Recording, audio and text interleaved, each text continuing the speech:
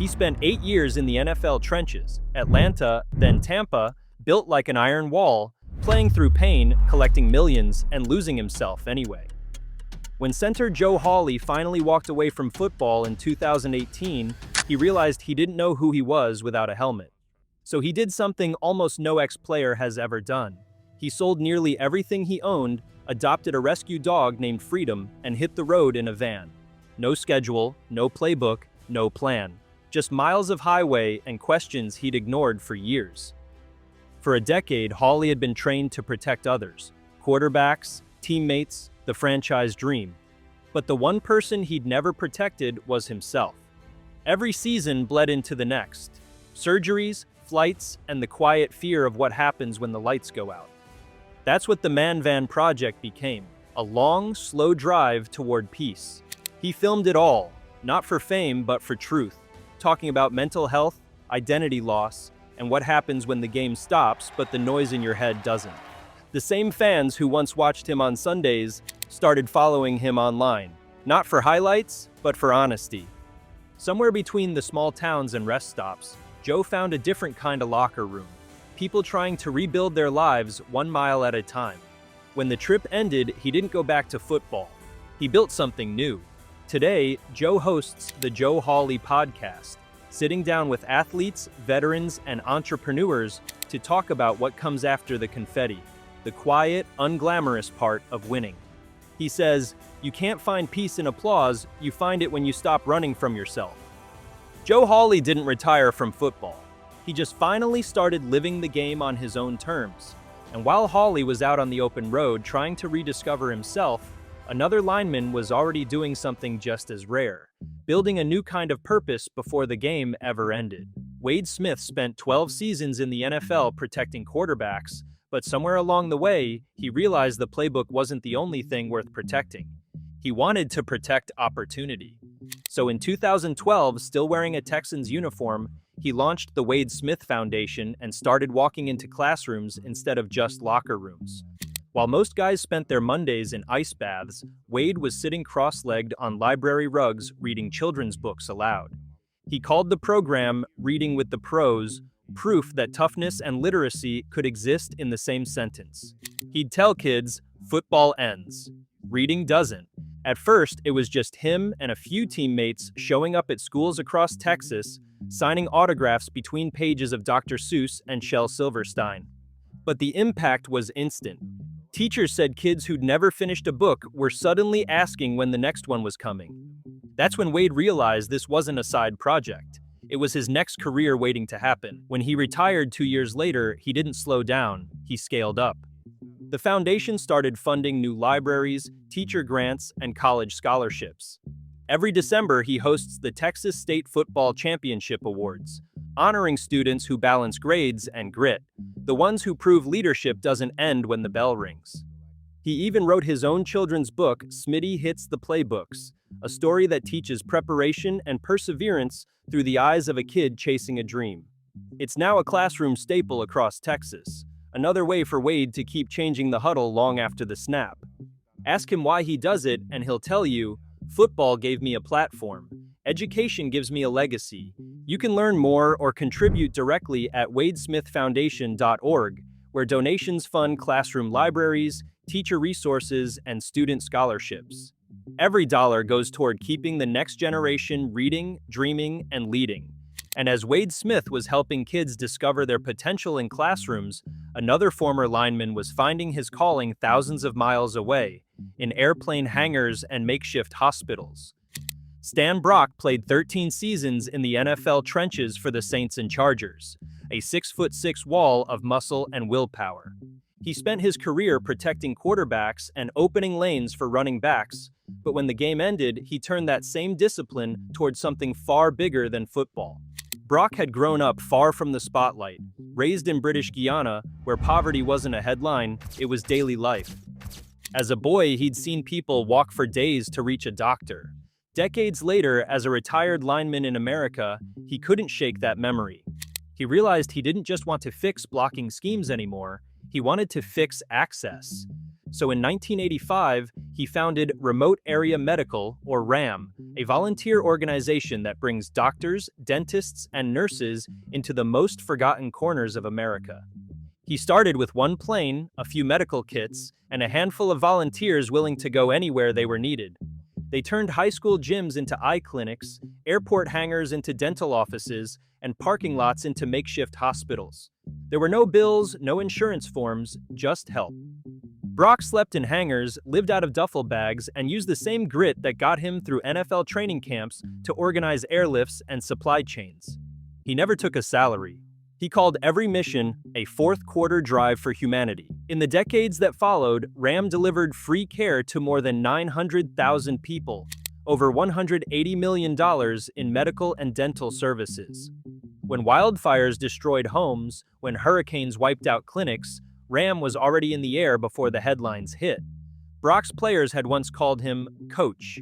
The people he helped just called him Hope.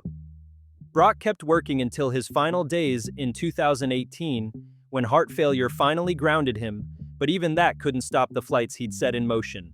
The organization lives on, run by the volunteers he trained, still flying to disaster zones and small towns that the healthcare system forgot. If you want to carry on Stan Brock's mission, you can support or volunteer at ramusa.org. Every donation fuels another flight, every volunteer hour turns a parking lot into a hospital. Because Brock proved that toughness isn't about tackles, it's about compassion. And while Stan Brock was spending his final years flying doctors into disaster zones, another man's act of compassion had already become legend, not because he built something, but because he gave everything. He was 24 years old, a rising star in Kansas City, a Pro Bowl running back with a smile that could light up a locker room. His name was Joe Delaney, and in the summer of 1983, he taught the world what real courage looks like. Delaney grew up in rural Louisiana, one of 9 children, soft-spoken but relentless. At Northwestern State, he wasn't the biggest or the strongest, but he was pure speed, a track star who turned every handoff into a race no one else could win. By 1981, the Kansas City Chiefs had found their spark in him. As a rookie, he rushed for over 1,000 yards, made the Pro Bowl, and looked destined to anchor the franchise for the next decade. But the people who knew Joe always said his heart was even bigger than his legs. On June 29, 1983, he was spending the offseason back home in Monroe, Louisiana. It was hot, quiet, one of those southern afternoons that feels like it'll never end. He was at a park when he heard shouting from a pond nearby. 3 young boys, trapped, screaming for help. Joe couldn't swim. Everyone around him knew that, but he didn't hesitate. He handed his wallet to a friend, said, "I've got to save those kids," and ran straight into the water. Moments later, onlookers pulled out one child alive. Joe Delaney and the other 2 never came back up. When the news broke, it stunned the country. Kansas City fans gathered outside Arrowhead Stadium with candles and jerseys. President Ronald Reagan posthumously awarded Joe the Presidential Citizens Medal, one of the nation's highest civilian honors. The Chiefs retired his number 37, but what they really retired was the idea that heroes only exist on game day. Every June, people in Louisiana and Kansas City still gather to honor him. Coaches tell his story to rookies. Parents tell it to their kids. And in every retelling, that single moment, that sprint into the water, still takes your breath away. Today, his legacy lives on through the Joe Delaney Memorial Foundation, which funds swimming safety programs and community scholarships in his name. You can support the foundation at joedelaney37.com. Every donation goes towards saving lives, making sure no one else dies trying to save another. Joe Delaney's NFL career lasted 2 seasons. His legacy will last forever. He didn't save those boys because he was a football player. He saved them because he was human. Joe Delaney's story was about heart, about giving everything for someone else. The next story is about the mind, about protecting the one thing no helmet can. Most players spend their whole careers trying to stay in the NFL. John Urschel spent his planning how to leave, not because he didn't love the game, but because he loved thinking just as much. He grew up in Buffalo, a quiet kid obsessed with puzzles and numbers long before he ever learned how to block. At Penn State, while his teammates were memorizing playbooks, he was solving differential equations. He finished both his bachelor's and master's degrees in mathematics while still playing, graduating with a perfect 4.0 GPA. Professors published research papers with him, coaches just shook their heads and called him Professor U. When the Baltimore Ravens drafted him in 2014, they weren't just getting a guard, they were getting one of the sharpest minds in football. He started games, studied film, and in the offseason, started coursework at MIT, literally balancing the playbook and the chalkboard. His nights were split between blocking schemes and graph theory. He'd say, "I get hit in the head all day, and then I study how networks connect. Maybe there's a pattern in that somewhere." But by 2017, the headlines about brain trauma and CTE were impossible to ignore. For a man whose entire gift was his intellect, those risks weren't theoretical, they were personal. So at 26, just as his career was hitting its stride, Urschel retired. He explained it simply: "I loved football, but I love my mind more." He traded stadium lights for fluorescent ones in a lab at MIT, diving full-time into mathematics. He earned his PhD, published papers on spectral graph theory, and started teaching. Today, he mentors young athletes, telling them that intellect and toughness can coexist, that thinking is not weakness, it's strength used wisely. He travels, lectures, and works to make STEM programs more accessible to kids who never saw themselves in that world. If you want to follow or support John Urschel's mission, visit johnurschel.com, where his outreach connects classrooms and athletic programs across the country. Every donation helps fund STEM education for students who dream of solving problems bigger than any game. John Urschel walked away from the NFL at 26, not because he failed it, but because he outgrew it. He proved that protecting your mind is the smartest play you can ever make. John Urschel's story was about protecting the mind. The next one is about reclaiming the soul. Quinton Carter went from the NFL playoffs to a courtroom in less than 2 years.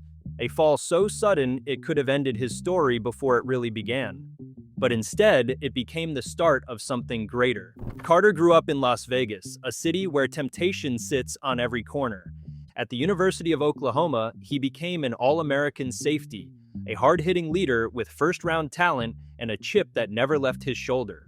When the Denver Broncos drafted him in 2011, he made an immediate impact.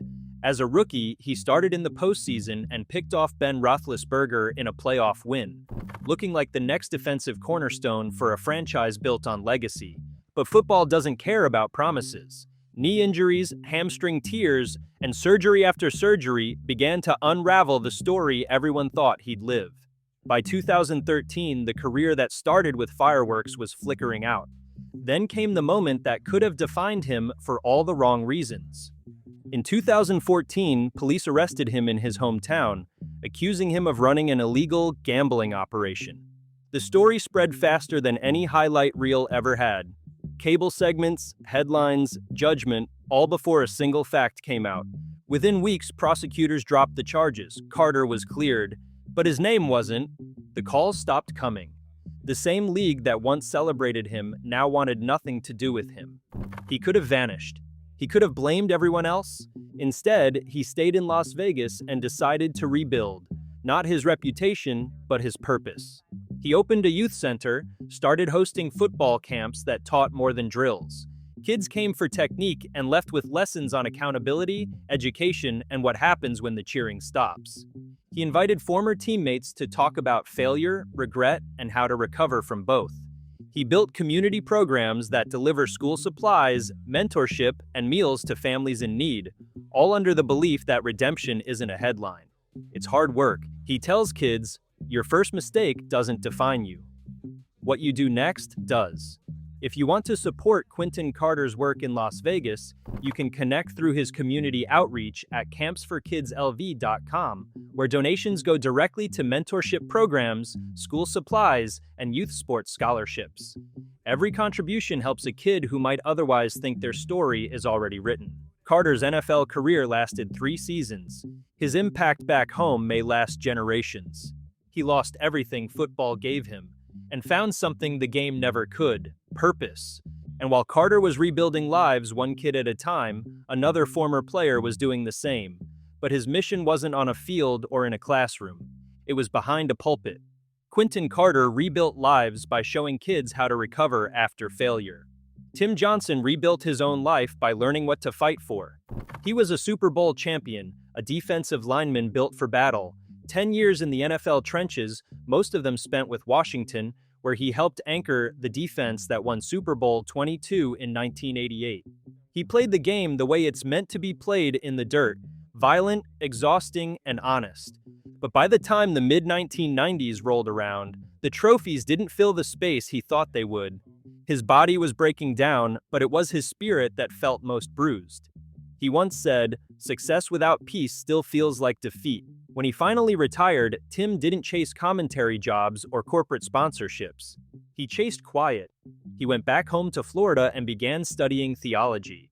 What started as a search for peace became a new kind of playbook, one written for the soul instead of the scoreboard.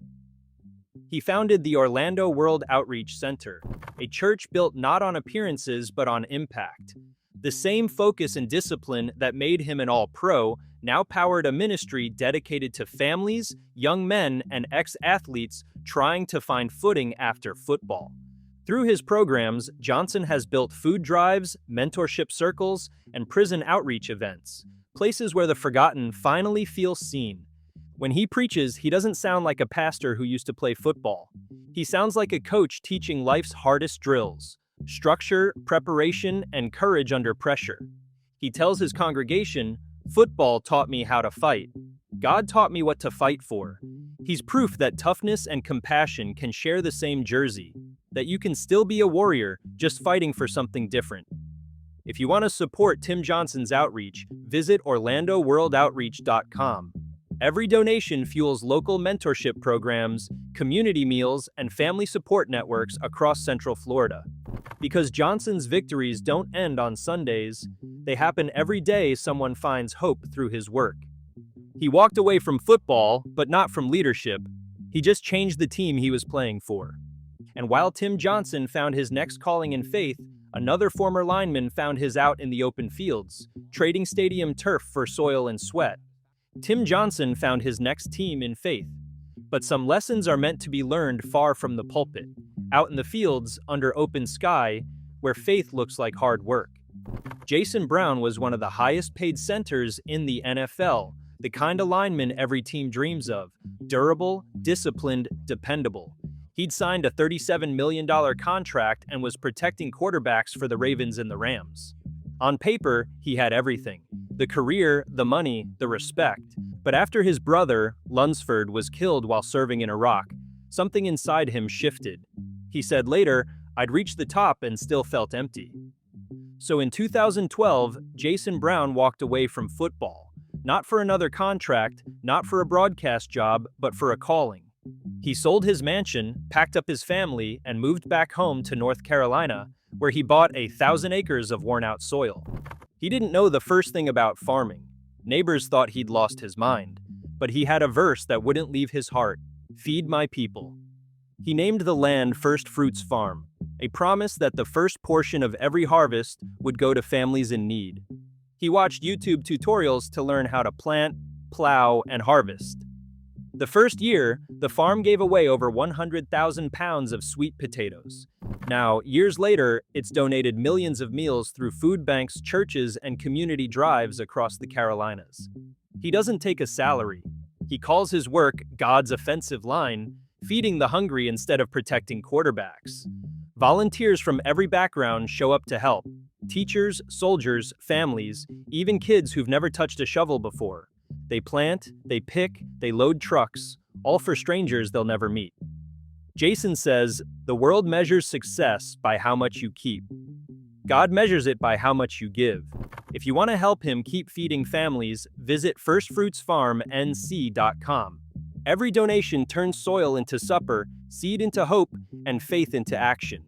Jason Brown traded wealth for worth, stadium cheers for the sound of wind through crops. He left football at his peak and found a life that still feeds others every day. He didn't quit the game. He just changed who he was blocking for. From Joe Hawley's van to Wade Smith's classrooms, from Stan Brock's flying hospitals to Joe Delaney's heroism, from John Urschel's mind to Quentin Carter's second chances, From Tim Johnson's pulpit to Jason Brown's farm, every one of them proves the same thing, that greatness doesn't end when football does. These are the stories that remind us what's left when the lights go out. Heart, purpose, and the will to serve something bigger than yourself. Because in the end, the true measure of an athlete isn't what they do on Sunday, it's who they become on Monday. If you want more stories of NFL greatness and heart, hit subscribe, drop a like, and stick around. The next chapter of football history is already waiting.